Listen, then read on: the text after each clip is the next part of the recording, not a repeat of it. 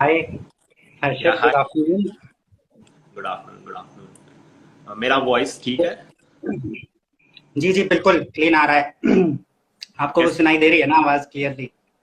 Clear है, बिल्कुल clear तो ठीक है। Well, hello guys, welcome to everyone. सबका स्वागत है काम की बात आईवक्स के साथ के एपिसोड नंबर 2 में, जहां आज हम बात कर रहे हैं हर्षद भारद्वाज से, जो कि हाईकप प्राइवेट लिमिटेड के को फाउंडर और सीईओ हैं। और इस पूरे सीरीज का जो एक सिस्टम है वो इस तरीके का है कि इसमें जो भी बातें होती हैं वो एक रॉ और अनएडिटेड बातें होती हैं, जो कि हम दूसरे एंटरप्रेन्योर्स या जो ऐसे लोग हैं जो कि बिजनेस इकोसिस्टम में या एक जनरल चीजों में एक्टिव हैं, और उनसे हम कुछ काम की बातें सीखते हैं इस पूरे में। तो हमारा ये ऑब्जेक्टिव रहता है कि इस पूरे सेशन में केवल काम की बातें हों और उसके अलावा कोई भी फालतू डिस्कशन उसके अंदर नहीं हो। तो ठीक है, जल्दी से स्टार्ट करते हैं इसके साथ में। So welcome to you Harshit on this session and episode number 2 of this काम की बात। सो मेरा आपसे एक सबसे पहला क्वेश्चन आपसे ये है हर्षित, आप थोड़ा सा अगर हमारे व्यूअर्स को ऐसा बता सकते हैं कि क्या चीजें आप ऐसे आपकी डेली जो एक लाइफस्टाइल होती है वो किस तरीके से एक जाती है, कि मतलब एक एज एन एंटरप्रेन्योर आप कैसे चीजों को, आप अपने डे को कैसे अलाइन करते हो, और एक कैसा आपका व्यू रहता है। तो एक थोड़ा सा एक अंडरस्टैंडिंग दे सकें कि एक टिपिकल डे आपका कैसा जाता है, वर्क डे। है। Okay, thanks Harshit, thanks Ankit, first of all. So typical day in my life, it's a mix of work and the things which I like, जो मुझे पसंद है। तो जैसे अगर मैं मेरे स्टार्ट करूँ तो मैं स्टार्ट्स विद लाइक एक्सरसाइज, जो मैं करता हूँ। फिर मेरा डेली रूटीन, मेरी जो भी मैं करता हूँ, रीडिंग मैं सुबह करता हूँ, फिर मैं न्यूज़पेपर्स हैं ताकि मेरे को हम्म इंडस्ट्री के बारे में पता रहे, कुछ ये चीज़ें। फिर मैं मेरी ईमेल्स पे जाता हूँ कि क्या हम्म आज की, और क्या मेरा आज का रूटीन है जो मैंने लास्ट डे सेट किया होता है कि आज हम्म देन मैं ऑफिस आता हूँ। और ऑफिस में भी मेरा पहला काम होता है कि जो मेरी वर्क ईमेल्स हैं, जो मेरे वर्क हम्म अकाउंट, वर्क कम्युनिकेशन है, किसी की क्वेरीज है या लास्ट टाइम किसी की ईमेल थी तो उनके रिप्लाईज हम्म कर। और जो first half of the day होता है वो मोस्टली हमारा जाता है हमारे क्लाइंट्स के जो है ऑनगोइंग प्रोजेक्ट्स की क्या अपडेट्स हैं, क्लाइंट्स के साथ कोई कम्युनिकेशन है तो वो किस लेवल पे है, उनको कुछ अपडेट देना है, तो ये सब। और जो second half of the day जाता है वो मोर ऑफ ऑपरेशंस, जो नेक्स्ट हमें काम करने हैं उन सब पे जाता है। टीम के साथ कम्युनिकेशन की क्या प्रोग्रेस है, क्या हमें नेक्स्ट करना चाहिए। और लेटर हाफ भी एक होता है, तो I focus there like on my personal brand, building my connections, meeting people, like networking around all these things. Hmm and जब तक घर पहुंचते हैं तब तक like we all fully exhausted. 9 सवा 9 बजे उस टाइम तक कुछ, अब देखो काम तो हमें ये भी करना है, तो खुद का फिर सोशल मीडिया थोड़ा चलाया, आसपास के नेटवर्क में क्या अपडेट हाँ है वो जाना, हाँ। कुछ मैसेजेस जो हम्म वाले हैं जो रेगुलरली आ रहे हैं हमारे फ्रेंड्स के, उनसे भी बात करना, फैमिली को थोड़ा टाइम देना। तो इस तरीके से एक हम्म पूरा डे रहता है। एक और चीज जो मैं यहाँ पे कहना चाहूंगा कि कभी एंटरप्रेन्योर की लाइफ में एक फिक्स शेड्यूल मेंटेन करना बहुत डिफिकल्ट है। तो कि आप यस।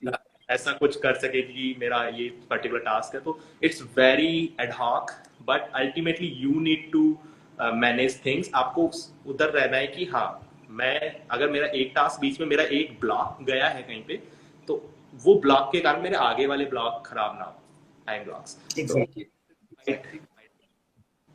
हाँ, नहीं, आई थिंक वो एक इंटरेस्टिंग फैक्टर भी है, क्योंकि एक एज एन एंटरप्रेन्योर जब आप काम करते हो तो बहुत सारी चीजें ऐसी होती हैं जो कि अननोन आपके सामने आती हैं डेली, जो कि आपने ऑब्वियसली प्लान नहीं की होती है, तो उसके लिए भी आपको टाइम निकालना पड़ता है और इंश्योर करना पड़ता है कि आप उन चीजों को भी एड्रेस कर पाओ। सो हर्षित, मेरा आपसे एक सेकंड क्वेश्चन था कि मतलब आप जो आपका बिजनेस है, अगर एक हमारे ऑडियंस के लिए एक सरल भाषा में एक समझा सकें कि हाइकअप क्या करता है, और एग्जैक्टली आप लोग किस तरीके का रोल प्ले करते हो इस इकोसिस्टम में, तो हम आई थिंक एक सबके लिए एक इंटरेस्टिंग अंडरस्टैंडिंग रहेगा कि हम आप क्या चीज कर रहे हो। तो देख, थोड़ा सा आप अगर एक ओवरव्यू दे दें तो एक अच्छा रहेगा। तो एट हाइकअप, हम अगर आसान भाषा में बोले तो हम स्टार्टअप्स, बिजनेसेस और एसएमईज के लिए as a virtual marketing team काम करते हैं। तो अच्छा। हमारा रोल होता है कि एंड टू एंड उनकी प्रॉब्लम को समझा जाए, और मार्केटिंग के थ्रू वो उनको अचीव कराया जाए। तो we come into the picture for end to end play. तो उसमें भी हमारा स्पेशलाइजेशन है वो content marketing and influencer marketing के साथ है। We also do other kind of marketing through our associates. हमारे एसोसिएट्स के थ्रू हम वो करते हैं, जैसे डिजिटल पीआर है, डिजिटल मार्केटिंग है, सोशल मीडिया मैनेजमेंट है, वीडियो प्रोडक्शन है। बट हमारा जो स्पेशलाइजेशन है वो कंटेंट मार्केटिंग एंड इन्फ्लुएंसर्स के साथ है, और ब्रांड्स को उनकी end to end marketing strategy में as a virtual team, virtual CMO help करना। तो this is what we do. Okay okay. So मतलब आपने आप मुझे थोड़ा सा ये समझा सकते हैं कि ये हाइकअप का आइडिया आपको कैसे आया, और कैसे मतलब एक आपने सोचा कि ये एक चीज है जिसपे कि मैं मे बी ध्यान करके इस पे काम करना चाहता हूँ, क्योंकि एक इंटरेस्टिंग चीज है। क्योंकि अगर आप जनरली लोगों से बात करेंगे जो इस इकोसिस्टम में नहीं है, मतलब जो कंज्यूमर्स हैं सो टू स्पीक इस कंटेंट के, उन लोगों को ये अंडरस्टैंडिंग नहीं होती कि उस साइड में क्या हो रहा है। तो एक थोड़ा सा मैं समझना चाहूंगा कि किस चीज ने आपको प्रॉम्प्ट किया कि आप इस टाइप का कुछ स्टार्ट करो, और क्या ऐसे मोटिवेटिंग फैक्टर्स थे या क्या ऐसी मार्केट कंडीशंस थी जो आपने ऑब्जर्व करी हाइकअप को स्टार्ट करते टाइम? अच्छा, तो मैं इसको ना एक बैक स्टोरी से लिंक करता हूँ। तो मैं कॉलेज में था, मेरे थर्ड ईयर के अंदर, और मैं ऑब्जर्वेंट शुरू से रहा हूँ कि मार्केट के ट्रेंड्स को ऑब्जर्व करना, कि लोग क्या अडॉप्ट कर रहे हैं नया चीज़, और क्या चीज़ नई है जो पिक कर रही है। तो मैं ऑब्जर्वेंट हमेशा से रहा हूँ, और एंटरप्रेन्योरशिप का एक कीड़ा था ही पहले से। तो कुछ वेंचर स्टार्ट करना और उनको फिर एग्जीक्यूट करना, कुछ बंद भी हुए फिर उनको ऐसे करके। तो थर्ड ईयर में जब मैं था तो मैंने देखा कि उस टाइम तक जियो आ चुका था, हर कोई हर कोई डिवाइसेस पे था, वीडियो कंजम्पशन इतना बढ़ गया था। मैं खुद एक बहुत बड़ा कंज्यूमर था वीडियोस का। तो मुझे वो चीज जो आपने अभी बोली कि बैक साइड स्टोरी, जो बहुत से लोग उस पे देखना नहीं चाहते या उसको समझना नहीं चाहते, मेरा बड़ा वो सोचने वाला दिमाग होता था कि पीछे क्या हो रहा है। अगर सोचो मेरे को एक ब्रांड प्रोडक्ट दिखाया किसी इन्फ्लुएंसर ने, तो ये कैसे इसके पास आया होगा, ब्रांड कैसे पहुंचा होगा इसके पास। तो ये सब सीन था। बट तब तक मुझे ये रियलाइज हो गया था कि नेक्स्ट देखो, मार्केटिंग वहां शिफ्ट होती है जहां लोग शिफ्ट होते हैं। तो ये मेरा क्लियर था। तो मैंने ये ऑब्जर्व कर लिया था कि लोग शिफ्ट हो रहे हैं digital video, digital content consumption में, और ब्रांड्स को वहां शिफ्ट होना पड़ेगा। और तब तक कुछ अच्छे प्लेयर्स मार्केट में आ चुके थे। मैं उनको पर्सनली उनके सोशल मीडिया पे हर जगह उनके ब्लॉग्स पढ़ना, उनके आर्टिकल्स पढ़ना, मैं उनको पढ़ता रहता था। तो मुझे पता था कि कुछ ऐसा होने वाला है। इसके बाद मैंने क्या किया, क्योंकि मैं एक बाय एजुकेशन में एक सॉफ्टवेयर इंजीनियर हूँ, उस टाइम में सॉफ्टवेयर इंजीनियरिंग की ही पढ़ाई कर रहा था। तो मेरे आसपास का इकोसिस्टम का था ही नहीं। तो उसके लिए मैंने अपने लिंक्डइन, अपने पर्सनल नेटवर्क्स, अपने दोस्तों को बोला कि भाई किसी मार्केटर से मुझे कनेक्ट कराओ, मुझे समझना है कि मार्केटिंग गेम चल क्या रहा है। ये हमें सिखाया जाता है कि ये हो रहा है, वो हो रहा है, ये एग्जीक्यूट कैसे होता है। तो मैंने ऑनेस्टली स्पीकिंग मैंने लिंक्डइन पे लगभग 20 से 30 लोगों को मैसेज किया कि you are working in a industry जहाँ पे मुझे काम करना है, आप इस 5 मिनट दे सकते हो क्या, मेरे कुछ क्वेश्चंस हैं। तो तब लोग मान गए आने के लिए कॉल पे, और उन्होंने मेरे को बोला। तब मैंने उनसे पूछा कि ये एक्चुअल में होता क्या है, ये इन्फ्लुएंसर्स आप कैसे सेलेक्ट करते हो, ये कंटेंट डिजाइन कैसे होता है। तो मेरे क्वेश्चंस मैंने उनसे पूछे, तब मुझे पिक्चर क्लियर हुई, और मुझे बिहाइंड द सीन्स उनके पसंद आ गए। और वहां मुझे पता चल गया कि मेरे को काम करने में तो मजा आने वाला है। चाहे अश्योरिटी वगैरह बाद में देखेंगे, बट इस काम को करने में, एक किसी को प्लान करने में। उनमें से कुछ एक अच्छे लोग भी थे, उन्होंने बोला कि जस्ट कम ऑन, साथ में करते हैं कुछ। तो उन्होंने बोला कि आ जाओ, एक में घुस जाओ, हमारा प्रोजेक्ट चल रहा है और करके देखना, तब पता चलेगा। तो ऐसे भी लोग मिले। बट तब तक ये पता चल गया था कि हाँ, मजा तो इसी में है और यही कर। और फिर उसके बाद बिजनेस साइड देखा, और बिजनेस साइड भी हमें लगा, डील्स में गए फिर। यस, अभी कर रहे हैं, अभी भी सीख रहे हैं, डे टू डे हर लोगों से मिल रहे हैं। हाँ, नहीं बट जैसे एक दो तीन चीजें आपने बहुत इंटरेस्टिंग बोली मुझे इसमें, जैसे कि आप इंजीनियरिंग कर रहे थे, सॉफ्टवेयर इंजीनियरिंग, आप बीटेक कर रहे थे आप, या कुछ और कोर्स कर रहे थे आप?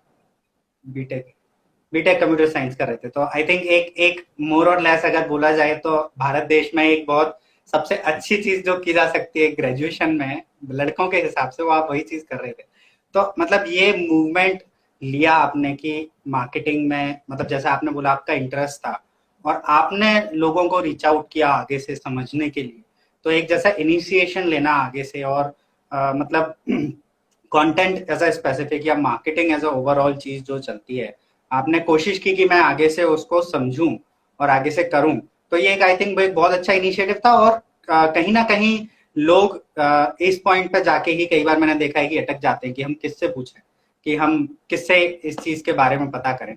तो उस बारे में मे भी आप कुछ एक दो लाइन बोलना चाहेंगे कि कैसे इन चीजों को टैकल करना चाहिए एक नॉर्मल इंसान को, कि मतलब किसी चीज के बारे में अगर पता नहीं है तो आप कैसे लोगों से हेल्प मांग सकते हो। मुझे लगता है कि ये सबसे बड़ा चैलेंज है आज की डेट में। सोशल मीडिया ने इसको और मे बी एम्पलीफाई कर दिया है किसी तरीके से, कि लोग झिझकते बहुत ज्यादा हैं कुछ हाँ। चीज को ओपन अप होने में, कुछ चीज को पता करने में, या किसी चीज को ये बोलने में कि मुझे नहीं आता है। तो उस चीज का मतलब किस तरीके से एक दिया सकता है, आपका व्यू क्या है? मे बी हर इंसान का अलग होगा, बट आपका व्यू क्या है उसके बारे में, मैं समझना चाहता तो अंकित, मैं अपने बारे में बता दूं, मैं बहुत स्पॉन्टेनियस हूँ समटाइम्स, हूँ। और एक को स्पॉन्टेनियस भी होना चाहिए बहुत हम्म, समय तक। पर ये जो प्रॉब्लम है ये बहुत ज्यादा एग्जिस्ट करती है कि आइडियाज हमारे पास बहुत है, ये कर सकते हैं, हम्म, प्रॉब्लम्स भी हमने ऑब्जर्व करी है, बट व्हाट नेक्स्ट, आगे क्या हम्म, करें। यहाँ पे आपको अपने एग्जिस्टिंग रिसोर्सेज को देखना होगा। देखो, जब तक आप पूछोगे नहीं, मेरी उनसे यही सलाह है, मेरा इसमें पॉइंट भी यही है कि आस्क। मैंने लाइफ में या फिर अब तक जो भी मेरी जर्नी रही है, मुझे जितना भी मिला है, मैंने जो लोगों के पास गया हूँ उनसे सिंसियर तरीके से आस्क किया है, उनको मतलब उनकी सिचुएशन को एनालाइज करके कि उनके हम्म, पास टाइम होगा, उनका बिजी शेड्यूल क्या होगा, और उनके टाइम की वैल्यू करना। तो बट जस्ट आस्क, आपके पास जो रिसोर्सेज हैं आप उनको तो पहले एक्सप्लोर करो। अगर मेरे पास कोई प्रॉब्लम आती है, मुझे आगे जाना है, आप देखो कि मेरे नेटवर्क में कौन है। अगर मेरे भैया अगर किसी एमएनसी में काम कर रहे हैं तो उनके पास मार्केटिंग टीम होगी, क्या मुझे वो कनेक्ट करा सकते हैं। तो आप अपने एग्जिस्टिंग रिसोर्सेज को खंगाल लो। जब हम्म, वो खत्म हो हम्म, जाए तो उसके बाद आप ऐसे प्लेटफॉर्म्स पे आओ। अब we are in a digital world, nothing is impossible. Hmm, आप प्लेटफॉर्म्स पे आओ, आप कम्युनिटीज पे आओ, आप यहाँ पे आके बोलो, नेटवर्क करो लोगों से। नेटवर्किंग, मैं अभी कहूंगा कि सेल्स मेरे लिए अभी बहुत इंपॉर्टेंट है, बट सबसे इंपॉर्टेंट मेरे लिए नेटवर्किंग है। आप सही लोगों के साथ रहो, सही जगह सही कम्युनिटीज पे रहो। तो एग्जिस्टिंग रिसोर्सेज को खंगालना बहुत जरूरी है, स्पॉन्टेनियस होना जरूरी है, आस्किंग हैबिट आपकी होनी चाहिए कि आप किसी से सिंसियर वे में आस्क कर सके। ऐसा नहीं कि खुद को अभी आया मेरे को कि यार मेरे को आई एम स्टक और मैंने अभी ही ड्रॉप कर दिया, मेरे पास गलती से उनके हम्म, नंबर कि अभी आ जाओ कॉल पे, या सीधा कॉल ही कर दिया। ऐसा भी नहीं होना, थोड़ा सिंसियर होना है, अपने ईमेल कम्युनिकेशन में सिंसियर होना है। बहुत बार आप एक अच्छी ईमेल लिख के, मेरे सर्कल में हम्म, है जिनको मार्क जकरबर्ग से रिप्लाई आया हुआ है, हम्म, और हम्म, जस्ट एक बहुत सिंसियर क्वेश्चन पूछा था जो बिल्कुल सही था। वो लोग भी ईमेल्स पढ़ते हैं, बट वो आपकी ईमेल्स को इग्नोर कर देंगे अगर वो ढंग से लिखी हुई नहीं है, क्लियर नहीं है। तो उसने बहुत सिंपल चीज पूछी थी और उसको एक सिंपल आंसर मिला, तो रिप्लाईज मिलता है। और हम्म। स्पीकिंग, हर कोई हेल्प करने में बहुत ज्यादा खुश होता है जब तक अगला बंदा सिंसियर है। तो एग्जैक्टली, तो आई थिंक एक सिंसेरिटी और एक कंसिस्टेंसी बहुत जरूरी है। मतलब ऐसा नहीं हो कि आपने 4-5 लोगों को लिखा हो फिर आप बैठ गए कि ठीक है साहब हो जाएगा, तो देखेंगे, नहीं तो कोई बात नहीं है। तो वो फिर कुछ चीज अच्छी नहीं हो सकती है। एक इम्पॉर्टेंट चीज जो मुझे इस पूरे आपके उससे समझ में आई कि एक चीज हमेशा ध्यान रखनी है कि if you don't ask you don't get. तो अगर आप पूछोगे नहीं तो आपको कभी भी नहीं मिलेगा। तो वो एब्सोल्युटली। पूछना बहुत जरूरी है। ठीक है। अब जैसे आपने एक ऑब्वियसली इस चीज पर टच किया था कि आप इस चीज में हमेशा से इंटरेस्टेड थे कि कौन सी चीजें कैसे बैकएंड में काम करती हैं, कैसे ये लोग कनेक्ट होते हैं। और आई थिंक यही आपके लिए एक मोटिवेटिंग फैक्टर था कि आपने लोगों को रीच आउट किया और उस तरीके से समझा और फिर इस फील्ड में मूव किया। अब जैसे आप इस फील्ड में हैं, तो अब मे बी एक मैं इस आपके एक पर्टिकुलर फील्ड के रिगार्डिंग ये एक डीपर क्वेश्चन पूछना चाहूंगा कि आपके हिसाब से एक एक ब्रांड जो है या एक जो कंपनी जो है, अगर अपना वो मार्केट शेयर बढ़ाना चाहती है या अपनी मार्केट में विजिबिलिटी बढ़ाना चाहती है, तो आज की डेट में कंटेंट क्रिएशन एक क्या रोल प्ले करता है, कितना इम्पोर्टेंट है, कितना अनइम्पोर्टेंट है, और किस तरीके से बिजनेसेस को इसको लेना चाहिए। और मे बी एक छोटा बिजनेस या बड़ा बिजनेस, या और क्योंकि बहुत सारे मीडियम्स और प्लेटफॉर्म्स भी अवेलेबल हैं, तो ये भी कंफ्यूजन होता है इंसानों के दिमाग में कि यार मतलब हम क्या चीज यूज करें, किस चीज पे जाके एक्चुअल में ज्यादा फोकस करें। तो मे बी आप थोड़ा सा अगर उस पर करना चाहें कि कंटेंट क्रिएशन कितना इंपॉर्टेंट है ओवरऑल एक ब्रांड की इमेज क्रिएट करने में और ओवरऑल मार्केटिंग एक क्रिएट करने में। या सो मैं इसको एक स्टेटमेंट से स्टार्ट करता हूँ कि every business must have a content strategy. हर बिजनेस की एक कंटेंट।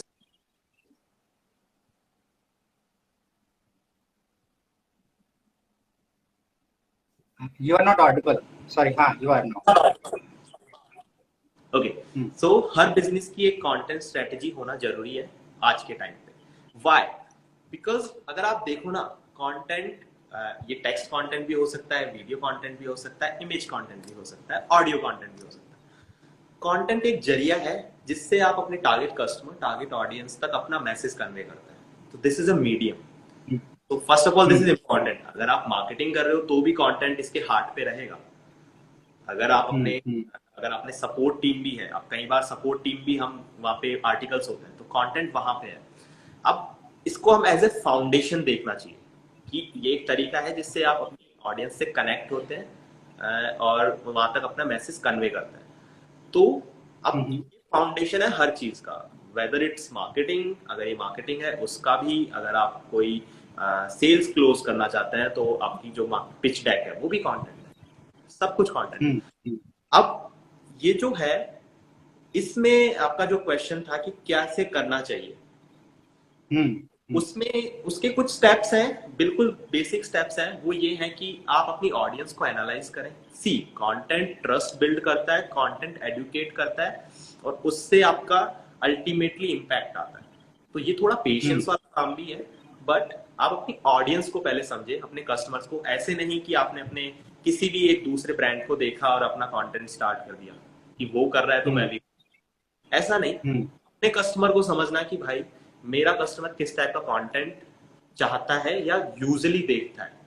दूसरा, ये बेसिक क्वेश्चंस आज क्या है, उसके बेसिक कंसेप्ट क्या है। अगर वो मेरे प्रोडक्ट, मैं अपना प्रोडक्ट उसको बेचना चाहता हूँ या अपनी सर्विस उसको बेचना चाहता हूँ, तो उसकी जर्नी क्या है, और उसकी जर्नी के हर पॉइंट पे उसका क्वेश्चन क्या होने वाला है। अगर मैं उसके अराउंड और वो उसको दिखा दूं, तो ये बेस्ट किसी भी ब्रांड के लिए। अगर मैं सेल्स की बात करूं, मेरे क्लाइंट को मेरी जर्नी में क्या क्या क्वेश्चंस आने वाले हैं वो मैं मेरी पिच में ही पहले रख दूंगा, तो उसकी आधी सेल्स वही हो जाएगी। उसके क्वेश्चंस खत्म हो जाएंगे, वो बेटर डिस्कशंस होंगी फ्यूचर, उसके कंसर्न्स, उसके फियर्स कम हो जाएंगे। अगर मार्केटिंग की बात करूं, तो अगर हम पहले से ही उनको उसके सारे क्वेश्चन, सी प्रोडक्ट तभी या सर्विस तभी बिकती है जब उसके फियर्स कम हम कर देते हैं कस्टमर्स के। तो वो है, वो आप अपने कंटेंट से करिए, ये सब करिए। स्टार्ट करने का तरीका है कि आप एनालाइज करो ऑडियंस को, फिर देखो कि कौन से प्लेटफॉर्म्स पे मेरी ऑडियंस है, फिर देखो कि कौन से टाइप का कंटेंट ज्यादा परफॉर्म करता है, ठीक है। आप उसमें आप उसके क्वेश्चंस को एड्रेसेस करो, ये सब करो। स्टार्ट करने के लिए, अगर आपको स्टार्ट करना है तो आप एक स्ट्रीमलाइन प्रोसेस रखो कि हाँ मेरे ये रिसोर्सेज मुझे लगने वाले हैं। कुछ बफर कंटेंट अपने पास रखो ताकि आपकी पाइपलाइन कभी टूटे नहीं, और फिर उसको स्ट्रीमलाइन पूरा रखो। और थोड़ा पेशेंस वाला गेम है, थोड़ा लंबा चलना पड़ेगा। तो ऐसा नहीं कि आप एक बार बोलोगे कंटेंट ने तो कुछ किया ही नहीं। तो ऐसा। और एक और आई थिंक चीज, एक दो तीन, हाँ सॉरी सॉरी सॉरी, यस। एक और लास्ट चीज थी, वो थी डिस्ट्रीब्यूशन की। अब बहुत बार स्टार्ट में जब हम ब्रांड जब स्टार्ट होता है उस टाइम उसके पास ऑडियंस नहीं होती, तो आपको डिस्ट्रीब्यूशन पे काम करना है कि नए लोग आपको कैसे देख पाएंगे।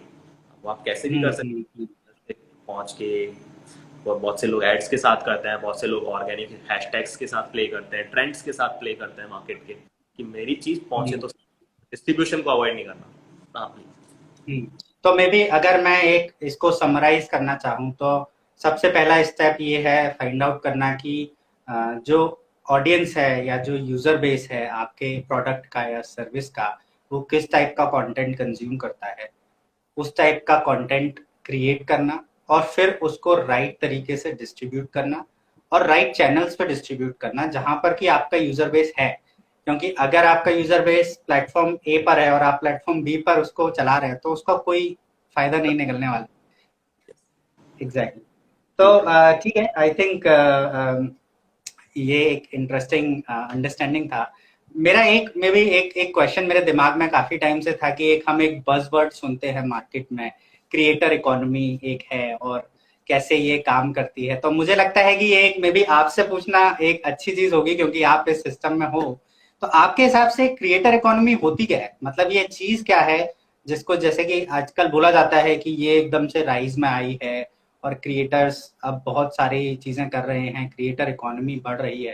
तो आपके हिसाब से ये एग्जैक्टली है क्या चीज, और इसके क्या कॉन्स्टिट्यूएंट्स हैं, और एक जनरल पब्लिक जो बाहर बैठी है जिसकी समझ नहीं है इसको समझने की, उसको वो कैसे समझे इस चीज को? अगर क्रिएटर इकोनॉमी की बात करें, यस, कि आ रही है और इसका फ्यूचर भी ब्राइट है। तो क्रिएटर इकोनॉमी मेरे लिए है कि अभी हम किन लोगों को एज ए एक्सपर्ट परसीव करते हैं वो हमारे लिए बदल चुके हैं। तो हाँ। बोलूँ तो स्टार्टिंग शुरुआत में जब होते थे तो हमारे पास देखो कंटेंट कंज्यूम करने के चैनल्स ही बहुत कम थे। अगर हम हम्म। टाइम की बात करें तो टीवी था, उससे पहले रेडियो था, केवल मैगजीन्स थी। अब क्योंकि कंटेंट के चैनल्स बहुत सारे हो गए हैं, प्लेटफॉर्म्स बहुत सारे हो गए हैं, और हम्म। इंटरनेट की अवेलेबिलिटी, इंटरनेट फ्रीडम जिसको हम कहते हैं, वो हर किसी के पास आ गई है। तो अब हम्म। जैसे अगर मैं कुछ हूँ, मेरे पास एक एक्सपर्टीज है, तो मुझे इसे शोकेस करने के लिए कोई रोक नहीं सकता। तो अब मैं उस इकोनॉमी का पार्ट हूं जहां पे मैं अपनी स्किल्स को शोकेस करता हूं इंटरनेट पे किसी प्लेटफॉर्म पे जाके। तो मेरा छोटा फैन बेस है, फॉलोअर बेस है, और बिल्कुल मैच्ड बेस है कि बिल्कुल वही लोग जिसको जो चाहिए था वो ही मैं दे रहा हूं, और वो मेरा एक क्लस्टर बन गया है। सो दिस इज, हम्म। यही चीज अगर हम स्केल्ड वे में देखें तो यही क्रिएटर इकोनॉमी है कि अच्छा। वहां पे हमारे क्रिएटर्स बढ़ गए हैं इंटरनेट फ्रीडम के थ्रू, और वो अब ये जो छोटे छोटे एक्सपर्ट्स हैं ये ही नेक्स्ट चीजें रन करने वाले हैं, डिसीजन को इन्फ्लुएंस करने वाले हैं। तो ये क्रिएटर इकोनॉमी है मेरे लिए कि अगर मेरे को अब कोई कुछ सीखना है तो मैं सिंपली मैं यूट्यूब पे जाके अपना क्रिएटर चूज कर सकता हूँ जिसका कंटेंट मुझे पसंद आएगा। और वो अब वो हम्म। जो क्रिएटर है उसके पास एक इन्फ्लुएंसिंग पावर है, उसकी एक कम्युनिटी है। तो वो एक क्रिएटर इकोनॉमी रन हो रही है जिसमें आप कंट्रीब्यूट करते हो और फिर आप अपनी एक्सपर्टीज सेट करते हो, और अल्टीमेटली यू आर रिवॉर्डेड क्योंकि आप ब्रांड्स अब उनके पास जाना जाते हैं और हर कोई उनको टैप हम्म। करता है। तो गिग इकोनॉमी जैसे है कि हम छोटे छोटे गिग्स में लोगों के साथ काम कर लेते हैं हायरिंग करने के अलावा, जैसे हम किसी आउटसोर्स करें हम्म। गिग इकोनॉमी में काम करता है, वैसे क्रिएटर इकोनॉमी है कि अब हर कोई क्रिएटर बन सकता है अगर उसके पास कुछ है मीडियम्स पे। आप तो ये है, इसके फायदे बहुत हैं अल्टीमेटली। हम्म। अब हमें ये नहीं है कि अब हम इंडियन आइडल पे ही जाएंगे तभी सिंगर बनेंगे। तो यस। अब मेरे को उसके लिए मेरे को कोई रोकेगा नहीं। अगर मैं अच्छा हूं, मैं अपना यूट्यूब चैनल, अपना इंस्टाग्राम आज से स्टार्ट करूंगा, कंसिस्टेंटली काम करूंगा। शुरू में ही 10 लोग जुड़ेंगे, उसमें से एक कोई मेरे को क्लास ले लेगा, वो मेरे को फ्यूल करता जाएगा धीरे धीरे, फिर कोई 10 लोग मेरी क्लास लेने लग जाएंगे। तो जो ये नए लोग आ रहे हैं योगा इंस्ट्रक्टर्स, पहले इनको फिजिकल क्लासेस करनी पड़ती थी तो इनकी इकोनॉमी बहुत लिमिटेड थी। अब कुछ नहीं, अब आया, मैं हम्म। आने लगा, धीरे धीरे वो बढ़ने लगा। तो यही है हम्म। फायदे। हम अगर कहें तो हमारी स्किल्स हम बाहर भी दे सकते हैं हर जगह। तो I think it's good. Okay. और क्या ये कहना सही होगा कि हाइकअप एक तरीके से एक एक बहुत ही क्रूशियल रोल प्ले कर रहा है इस क्रिएटर इकोनॉमी को बिजनेसेस से जोड़ने के लिए? क्या ये कहना सही होगा? ट्रू ट्रू, और ये हमारे मिशन से अलाइंड भी है। एक्चुअल में हमारा मिशन स्टेटमेंट ही यही है कि we want to enable creators.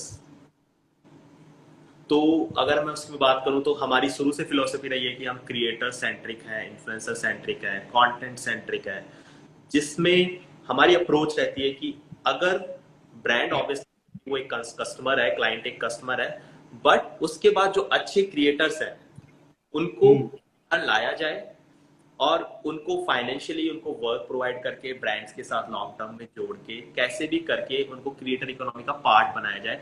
हमारी बहुत बार ये अप्रोच रहती है, हमारी टीम रहती है जो हर टाइम ऐसे टैलेंट्स को फिगर आउट करती रहती है सोशल मीडिया पे, जिनके मतलब शुरू में उनके पास नंबर्स नहीं है, बस टैलेंट पूरा है। तो हम्म। बहुत ज्यादा फोकस रहता है उन लोगों को टैप करने में कि हाँ, कि उनको कोई कुछ रोकना नहीं चाहिए, उनको एक प्लेटफॉर्म के एल्गोरिदम को नहीं रोकना चाहिए, उनको मोनेटाइजेशन को नहीं रोकना चाहिए, किसी भी चीज को नहीं रोकना चाहिए। तो हाइकअप का ये बहुत ज्यादा फोकस इस चीज में है कि considering the work that we do for our clients, हम हम्म। उसको उस जगह लगाएं जो लोग इम्पैक्ट भी लाते हैं और जो हिडन टैलेंट्स हैं। तो अभी हम्म। ये क्रिएटर इकोनॉमी में भी नॉइस हो गई है, बहुत से लोग आ रहे हैं तो उसमें लोग दब जाते हैं, तो या फिर शुरू में हार मान जाते हैं। ये हम ज्यादा हम्म, दबना नहीं, शुरू में हार मान जाते हैं क्योंकि ये पेशेंस गेम है। तो उस टाइम पे हम उनको अलग टाइप की स्ट्रीम्स दे देते हैं अर्निंग की, जैसे एक हमारी कंटेंट क्रिएशन स्ट्रीम्स है जिसमें वो किसी ब्रांड के लिए कंटेंट बना सकते हैं और उनको एक मंथली फिक्स्ड इनकम मिलेगी, उनको कहीं पोस्ट भी नहीं करना। तो उन्होंने उनकी स्किल्स जो थी वो खुद के लिए भी कंटेंट क्रिएट करते थे, वो किसी ब्रांड के लिए कर रहे हैं। तो आई हम्म, थिंक का ये एक बहुत इंपॉर्टेंट एस्पेक्ट है हाईकअप की टीम का। Okay okay, I think very बहुत इंटरेस्टिंग है ये।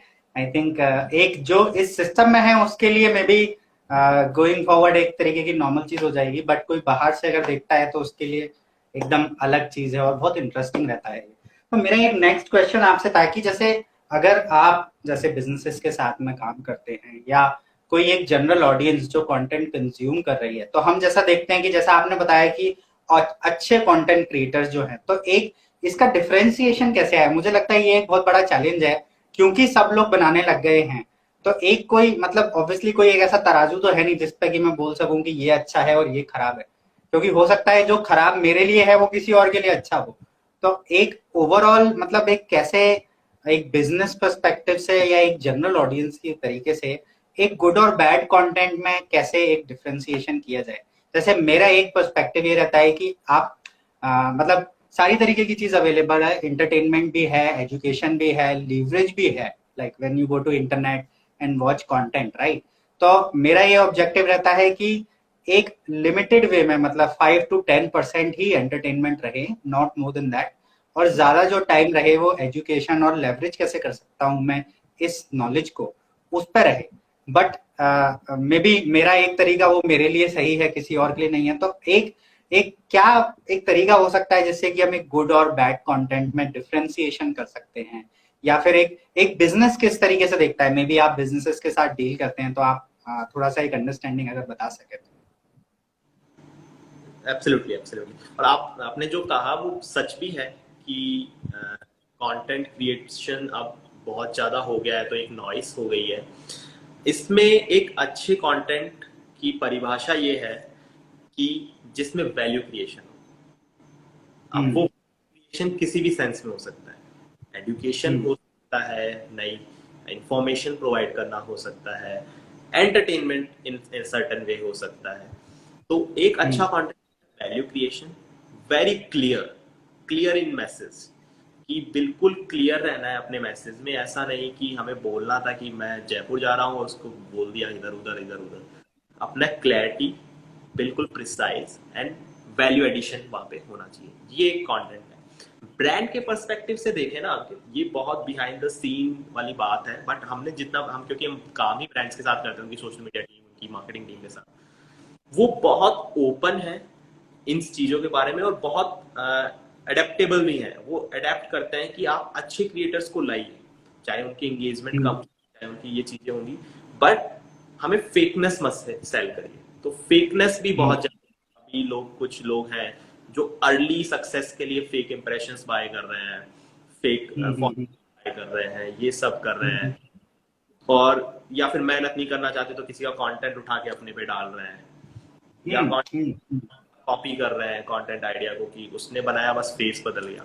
तो वो चीज ब्रांड भी अवॉइड करता है, हम भी अवॉइड करना चाहते हैं कि आपको ये नहीं करना चाहिए। आप ट्रू रहिए अपनी ऑडियंस के साथ। अगर आपको 5,000 लोग फॉलो करते हैं बट वो 5,000 के साथ आप ट्रू हो ना, you have very big influence. आप लोग समझ, ये एक गलत टाइप का फोमो बन गया है कि मेरे तो 50,000 होने चाहिए। नहीं, 5,000 लोग अगर आपको ट्रूली फॉलो करते हैं तो वो ब्रांड के लिए बहुत बड़ी बात है। उनको आपके 50,000 से मतलब नहीं है, उनको आपके कंटेंट की क्वालिटी, वैल्यू एडिशन, इन सब चीजों से मतलब है। आप 5,000 में ज्यादा उनको कन्वर्जेंस दे पाएंगे, उनकी आरओआई दे पाएंगे, इंस्टेड ऑफ ए पर्सन जिसके पास सो कॉल्ड 2 लाख फॉलोअर्स है और वो, उनको भी पता है कि मैं इसको एज ए एक्सपर्ट परसीव नहीं करता। तो इन्फ्लुएंसर्स, कंटेंट, इन सब का मतलब यही है कि आप अपनी एक्सपर्टीज को कहीं पे सेट करते हो, एक छोटा क्लस्टर बनाते हो, बट वो क्लस्टर आपसे बहुत जुड़ा हुआ है। वो आपको as a go to person मानता है इंटरनेट पे इसी एडवाइस की, और आपकी आपने आपकी जो वैल्यूज है कि मैं ऑनेस्ट रहूंगा, ऑथेंटिक रहूंगा, वो उसके दिमाग में चली गई है और ब्रांड ऐसे को ही टैप करना चाहता है। और इसके लिए आप उनको कितना भी चार्ज कर सकते हो पर इंप्रेशन, क्योंकि अल्टीमेटली उनको पता है, वो बिजनेस में है, उनको पता है कि आरओआई किधर से निकलता है अच्छे लोग का है। बट हमारे पास भी टूल्स होते हैं फेकनेस चेक करने का, फेक इंप्रेशन चेक करने का। तो ऑब्वियसली आप हमें फूल ना करें। तो एज एजेंसीज या हमें बहुत डील करना पड़ता है। बहुत बार हम भी जल्दीबाजी में होते हैं कैंपेन करने के लिए। हमें बहुत से क्रिएटर्स ऐसे मिलते हैं जो आते हैं, हमें भी उनके नंबर्स अच्छे लगे, उनका कंटेंट भी एक्चुअल में अच्छा था, बट बाद में it turned out to be a failure for us. तो हम्म, वैसे हम्म, ब्रांड भी खुश नहीं होता, हम भी खुश नहीं होते, और this is not a long term success also. मैं यहाँ पे एक और पॉइंट डालना चाहूंगा कि अब जब आप शुरुआत में कंटेंट क्रिएशन के हैं, प्लीज डू नॉट कंसिडर, आप अपनी प्रोफाइल को एक होर्डिंग मत बनाओ। हम्म, अभी influencers ने क्या करना स्टार्ट किया है कि वो every alternative post is a promotion post. तो आप शुरू में अपनी एक्सपर्टीज पे काम करो, अपने आप के अपने क्लस्टर, उनके क्वेश्चंस पे काम करो। ब्रांड ब्रांड आप प्रमोट कर रहे हो इसलिए नहीं आएगा, ब्रांड इसलिए आएगा कि आप अपनी ऑडियंस से कितने ऑनेस्ट हो, वो आपको कैसा परसीव करते हैं। वो आपको हम्म, ऐसे नहीं आएगा कि आप एक होर्डिंग हो। तो आप आज प्रमोट कर रहे हो ए प्रोडक्ट, ए टायर प्रोडक्ट, कल दूसरी कंपनी का टायर प्रोडक्ट प्रमोट कर दिया। शुरू में अपनी एक्सपर्टीज पे काम करो, उस टाइम पे क्योंकि मोनेटाइजेशन भी जरूरी है, उस टाइम पे आप अदर वे ऑफ अर्निंग जो हाइकअप भी एनेबल करता है आपको, कि आप कंटेंट क्रिएशन फॉर ब्रांड्स जाओ, जिसमें आप as the guest ghost writer ऐसे आप काम करते हो, उनके लिए कंटेंट क्रिएट करते हो, बट अपने पेज पे नहीं जाने देते। वहां से आप अपनी अर्निंग करो, हम्म। अपने आप को एक स्पैमी प्रोफाइल बनने से थोड़ा बचाओ। हाँ, ओ आई थिंक, हाँ, तो मेरा एक नेक्स्ट क्वेश्चन इससे ही रिलेटेड एक मेरे दिमाग में चल रहा था काफी टाइम से कि मतलब आपके हिसाब से जैसे बहुत सारे कंटेंट क्रिएटर्स हैं, जैसा आपने खुद बोला कि बहुत सारे कंटेंट क्रिएटर्स अभी आ गए हैं इस इकोसिस्टम में। तो एक क्या चीज ऐसी करनी चाहिए कंटेंट क्रिएटर को जिससे कि उसका जो कंटेंट है वो हाईलाइट हो या फिर लोगों को दिखे, या मे बी जो ऑब्वियसली जो वो परसीव करना चाह रहा है, जैसे करना चाह रहा है वो ठीक है, बट एक क्या बेसिक चीजें उसको फॉलो करनी चाहिए। आई थिंक एक दो चीजों पे आपने बिजनेस साइड में मेंशन भी किया था कि कॉपी नहीं करना चाहिए, और जस्ट प्योरली एक ऐसा नहीं होना चाहिए कि आपने आके बोल दिया and there is no emotion to it. वो सब चीजें तो मुझे समझ में आता है, बट एक ओवरऑल मतलब अगर मैं बोलूँ एक टॉप 5 पॉइंटर्स अगर आप देना चाहो कंटेंट क्रिएटर्स को कि भाई किस टाइप का आप कंटेंट बनाएं जिससे कि आप एक्चुअल में हाईलाइट हो सकते हैं for the brand as well as for yourself, क्योंकि ऑब्वियसली आपका जब बेस क्रिएट होगा तभी ब्रांड आपको रिकॉग्नाइज करेगा। अगर आपका बेस ही नहीं है तो ब्रांड रिकॉग्नाइज नहीं करेगा। तो वो बेस के लिए कैसे काम करना चाहिए या किन चीजों का ध्यान रखना चाहिए कंटेंट क्रिएटर को? ओके, तो इसमें अगर मैं स्टार्ट करना चाहूँ तो सबसे पहले, जो मैंने पहले भी बहुत बार रिपीट किया इस कॉन्वर्सेशन में, कि आप इसलिए कंटेंट क्रिएट ना करें कि आपको एंड रिजल्ट पसंद आ गया है कि हम्म, स्टार बन जाऊंगा और कमाने लग जाऊंगा। इस ट्रेंड में आप है ना बहुत जनरल कंटेंट बनाने लगेंगे, हर किसी की तरह किसी ट्रेंड में आ जाएंगे। किसी पे आपने डांस कर दिया, हुक स्टेप्स कर दिए, फिर कल को किसी में आ गए। तो इस तरीके से आप एक्सपर्टीज सेट नहीं कर पाएंगे। सी, आप एक एंटरटेनर बन जाएंगे, आप एक सब्जेक्ट मैटर एक्सपर्ट नहीं बन पाएंगे। और बिलीव मी, हम्म, सब्जेक्ट मैटर एक्सपर्ट ज्यादा सेल करते हैं। हम अगर हम हम्म, क्रिएटर्स की बात करें, these days they are charging way high है अपने इंडस्ट्री के। तो शुरू में मैं कहूंगा कंटेंट क्रिएशन इसलिए स्टार्ट करो कि क्योंकि आप किसी चीज में अच्छे हैं, वो चीज आपको खुद से ही अच्छी लगती है। मैं योगा करता हूं तो मैं योगा पे कंटेंट बनाने लग गया। अब उसके बाद मुझे योगा पे ही रहना है, ऐसा नहीं योगा करते करते मैं कहीं और चला गया। तो वो नहीं करना। अपनी ऑडियंस को डीपली समझना है शुरू से, कि वही एनालिटिक्स एनालिटिक्स भी आपको रखनी है अपनी, उनसे साथ भी जुड़ा रहना है, फीडबैक लूप भी होना चाहिए। उनके क्या क्वेश्चंस है, मेरे मेरे कंटेंट में क्या इंप्रूवमेंट कर सकता हूँ। शुरुआत में आपको वहां रहना चाहिए और ग्लैमर वर्ल्ड से थोड़ा दूर रहना चाहिए कि नहीं यार उसने तो ये ट्रेंड किया, वो पॉपुलर हो गया और मैं अभी तक वही बनाए जा रहा हूँ। उससे थोड़ा पेशेंस गेम रखो। तो वो नहीं रखना, हम्म, ऑडियंस। फिर अपने कंटेंट को आइडेंटिफाई करना है, थोड़ा एनालिटिकल बनना है कि क्या परफॉर्म किया, क्या किया। ट्रेंड्स को अवॉइड नहीं करना, मैंने ये नहीं कहा कि ट्रेंड्स को अवॉइड, बट ट्रेंड्स को एक्सेप्ट करते करते अगर आप अपनी निश को ही, आजकल तो सुपर निश की बात होने लगी है, पहले निश होती थी, अब सुपर निश हो गई, क्योंकि इंडिया बहुत बड़ा मार्केट है, बहुत सारे कंटेंट क्रिएटर्स आ चुके हैं। सुपर निश पे आप रहोगे ना, आप उस ट्रेंड को अपने उसमें मोल्ड कीजिए अपनी। अगर कोई ट्रेंड चल रहा है कहीं भी, तो आप उसको मोल्ड कीजिए कि what about my audience in this trend. अगर कोई मीम भी रन हो रहा है तो आप सोचो कि मेरी ऑडियंस का क्या इसमें मोल्ड हो सकता है, उसमें काम कीजिए। फिर आपको मोनेटाइजेशन का अगर सपोर्ट चाहिए तो आप ऐसी एजेंसीज जैसे हाइकअप है, इनके पास आइए और इनको बोलिए कि हाँ, मेरा कंटेंट दिखता अच्छा है, उसकी प्रोडक्शन वैल्यू ज्यादा है, तो मैं शायद ये औरों के लिए भी बना सकती हूँ। तो आप वहां से अच्छा मोनेटाइजेशन ले सकते हैं, और उससे आप क्या है ना, आप लॉन्गर आपके पेशेंस आप रख पाओगे और आप एक लंबा गेम खेल पाओगे। दूसरा मैं कहूंगा collaboration. Collaboration is the power, जो अभी हम कर रहे हैं। तो आपस में अपने ही निश के लोगों को एक कम्युनिटी की तरह बिहेव कीजिए। एज ए कॉम्पिटिशन आप उनको देखोगे तो आप कहीं पे मिस कर रहे हो एक अपॉर्चुनिटी पे। आप उनको एज ए पावर देखिए, 1+1 11 देखिए कि हाँ यार, मैं योगा का क्रिएटर हूँ, आप भी योगा के क्रिएटर हो, बैठ के डिस्कस करते हैं, आपकी ऑडियंस भी योगा की, और कुछ अच्छा ही निकल के आएगा।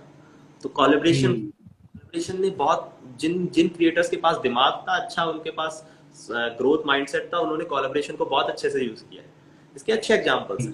कोलैबोरेशन को यूज कीजिए, ट्रेंड्स को यूज कीजिए, पर अपनी निश में बिल्कुल ऑथेंटिक रहिए और ऑडियंस में उन क्वेश्चंस को एक्सेप्ट करिए। थोड़ा एनालाइज भी करो, थोड़ा आप ये चीज देखो कि बहुत अच्छे तरीके हैं कि जो इंटरनेट पे सर्च हो रहा है, क्या उसका वीडियो अवेलेबल है, क्या उसका कंटेंट अवेलेबल है, क्या कोई बना रहा है, तो ये मिस हो रहा है, तो क्या इसकी जरूरत है। तो थोड़ा एनालिटिकल भी रहो and be honest to your work, have patience, do collaborations, these are important. I think एक बहुत बहुत इंपॉर्टेंट चीजें जैसे आपने बोली, मतलब मे बी मैं अगर समराइज करना चाहूँ क्विकली कि नंबर वन चीज जो इम्पोर्टेंट है कि जिस चीज में आपका इंटरेस्ट है, जिस चीज को आप एक्चुअली पैशनेट हो जिसके बारे में, और आप by without anyone forcing you आप उसके बारे में ऑटोमेटिकली बात करना चाहते हो, उस चीज पे आप कंटेंट बनाओ। और जो आप बना रहे हो कंटेंट, जिस भी ऑडियंस के साथ आप इंटरेक्ट कर रहे हो, उनसे समझना, उनसे टू वे कम्युनिकेशन रखना, फीडबैक रखना बहुत जरूरी है। थर्डली, डेटा भी जरूरी है कि किस तरीके का एनालिसिस करना भी जरूरी है कि मेरा कैसे ओवरऑल परफॉर्मेंस चल रहा है, और एक कंटिन्यूटी रहे विद द सेम आइडिया। तो अगर कुछ नया ट्रेंड भी आ रहा है और आपके जिस टॉपिक पे या जिस जिस चीज पर आप अपना कंटेंट क्रिएट करते हो उसको रिलेट करते हुए आप बनाओ, रादर देन कि आप कंप्लीटली वहां पर चले गए और आपने वो कंटेंट बना लिया। तो अगर कुछ रिलेशन है तो आप उसको यूज करो। और लास्टली, कोलैबोरेशन जितना आप कर सकते हो आपकी फील्ड के अंदर आप वो करो, जिससे कि ज्यादा लोगों को चीजें देखने को मिले, दोनों साइड की ऑडियंस को, और आप उसको ग्रो कर सको। ठीक है, आई थिंक एक लास्ट क्वेश्चन मेरे दिमाग में मे बी एक आ रहा है कि आपके हिसाब से जैसे हाइकअप आप चला रहे हो, तो आपकी तरफ से क्या एक प्रो टिप रहेगी बिजनेसेस के लिए जो कि कंटेंट को यूज करना चाहते हैं अपने आप को ब्रांड करने के लिए, और क्रिएटर्स के लिए जो कि चाहते हैं कि ब्रांड्स उनको नोटिस करें और उनसे भी काम करवाएं? तो एक क्या प्रो टिप रहेगी दोनों लोगों के लिए, क्विकली अगर आप बता दें तो फिर अपन इसको करते हैं। तो for businesses, first of all, अगर आपकी कंटेंट स्ट्रेटेजी नहीं है तो आप वो बनाइए, अपनी टीम के साथ बैठिए। उसके स्टेप्स मैंने पहले भी बताए इसमें कि ऑडियंस को अपने टारगेट कस्टमर को एनालाइज करो, उनकी जर्नी को प्लान करो, उनकी जर्नी के हर पॉइंट जो क्वेश्चंस हैं उस पर आपका कंटेंट होना चाहिए, और डिस्ट्रीब्यूशन करना है। तो कंटेंट स्ट्रेटजी रखना इंपॉर्टेंट है सबसे पहले। ऐसा नहीं कि आज पॉडकास्ट पे, आज लाइव पे हमने सुन लिया और उसके बाद पता तो है कि कंटेंट अच्छी चीज है पर कर ही नहीं करो। तो आप बहुत कर रहे हो आज के टाइम पे, अपने सोशल मीडिया को अच्छे से रखना, ऑनेस्ट रखना। सोशल मीडिया, हम यूजुअली कहते हैं सोशल मीडिया आपका विजिटिंग कार्ड है। This is the new visiting card. इसको आप अपनी वेबसाइट के पैरेलल में देखिए। बहुत से स्टार्टअप बिजनेसेस जिनसे हम मिलते हैं, उन्होंने अपने कभी इस एस्पेक्ट को कंसीडर ही नहीं किया होता है, या फिर उनके दिमाग में होता है। देखो, दिमाग में हमारे सब है, but take the first step, वो पहला स्टेप लीजिए।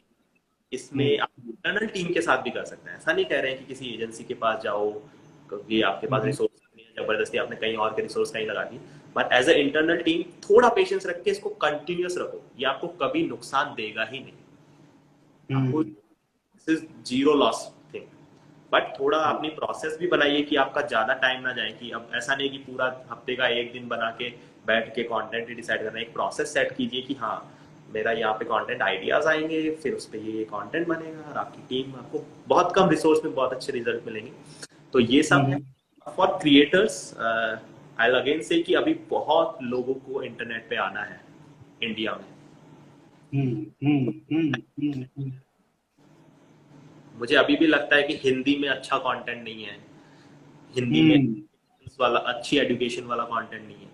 तो आप क्या कर सकते हैं, मेरा खुद का पर्सनल बड़ा वो है, इसको आप बायसनेस भी कह सकते हैं, कि बहुत अच्छे अच्छे एजुकेशन के कोर्सेज हैं या फिर बहुत अच्छी अच्छी प्रो टिप वाले वीडियोस हैं, वो इंग्लिश में बने हुए हैं। आप उनके वीडियोस बनाइए। और बाकी तो हर कंटेंट क्रिएटर के लिए सबसे इंपॉर्टेंट चीजें यही है, ऑनेस्ट रहो, अपने निश पे रहो, जो निश जिसमें तुम्हें भी मजा आता हो औरों को भी मजा आता हो। एक छोटी कम्युनिटी भी है तो उसके साथ ट्रू रहो, एज ए फ्रेंड रहो। अगर आप उनके साथ डिस्कॉर्ड पे भी जुड़ना चाहो तो डिस्कॉर्ड पे जुड़ो ना। आप वीकली एक लाइव करके आप अपने लोगों को जानो, आपको पता रहना। क्यों? क्योंकि वो आपके फीडबैक लूप में भी आपको काम आएंगे कि एज ए मेरा कंटेंट परसीव कैसा किया जा रहा है। और ये अगर आप देखो, आप सक्सेस को रिपीट करवा दोगे तो ग्रोथ अपने आप हो जाएगी। तो आपने अपने फीडबैक सक्सेस समझ ली तो आप उसको रिपीट करते रहो। और कोलैबोरेशन को शुरू में ढूंढो, क्योंकि शुरू में आप अकेले रहोगे तो अपने जैसे अकेले को ढूंढो। अकेले अकेले अकेले होके कितने हो जाओगे? तो ऐसे कोलैबोरेशन पावर करो, और उस टाइम पे आपको अच्छे लोगों तक पहुंचने का जरिया मिलेगा। और एनालिटिकल भी रहो। तो यही मेरी एडवाइसेस है। बट कंसिस्टेंसी, मैं अगर इस पूरी लाइफ का एक वो निकालूं तो content is necessary, patience is the game, continuity, consistency is the game. Okay, I think yes, बहुत बहुत एक इंटरेस्टिंग टॉपिक था। और लास्ट में जो आपने एक चीज बोली, मैं उस पर बस एक मिनट और लेना चाहूंगा, कि जो आपने बताया कि वर्नैकुलर कंटेंट जो है या लोकल भाषाओं में जो है, जैसे अभी हम हिंदी की बात कर रहे हैं, फॉर एग्जांपल नॉर्थ इंडिया में हम हैं तो हम हिंदी की बात कर रहे हैं, बट आप जैसे जैसे रीजनल में जाएंगे तो जो रीजनल लेवल का कंटेंट है उसकी अभी कमी है, जो कि एक बिल्कुल ट्रू चीज है। और अगर आपको एज अ कंटेंट क्रिएटर लगता है कि आप उसमें एक नीश बना सकते हो, कि फॉर एग्जांपल किसी को मारवाड़ी बहुत अच्छे से बोलना आता है और वो सेम वीडियो जो इंग्लिश में बना हुआ है वो मारवाड़ी में बना दे, तो शायद वो बहुत अच्छे से लोग उसको पसंद करेंगे, क्योंकि उनकी भाषा में वो चीज बोली जा रही है। तो ये आई थिंक एक बहुत इंपॉर्टेंट चीज है। So well, thank you very much. बहुत बहुत मजा आया आज ये बात करके हर्षित, और बहुत अच्छा लगा एक थोड़ा अलग टॉपिक पे बात करना, कि जैसे हम जो डेली चीजों के बारे में जब करते हैं तो एक पता चलता है कि किस तरीके से ये इकोसिस्टम भी चल रहा है बैकएंड में और क्या क्या चीजें हो रही हैं। So thank you very much. And for everyone, so we हम लोग ये इस टाइप का सेशन काम की बात आईवर्क्स के साथ हर दूसरे शनिवार को करते हैं 2 बजे। और अभी अगले शनिवार तक इसका पॉडकास्ट सारी जगह पर, स्पॉटिफाई, गूगल पॉडकास्ट, अमेजोन पर भी चला जाएगा, तो आप वहां पर भी इसको एज एन ऑडियो भी सुन सकते हैं। Thank you to everyone for joining in. Thank you Harshit for joining in. Bye bye. Thanks Ankit, bye.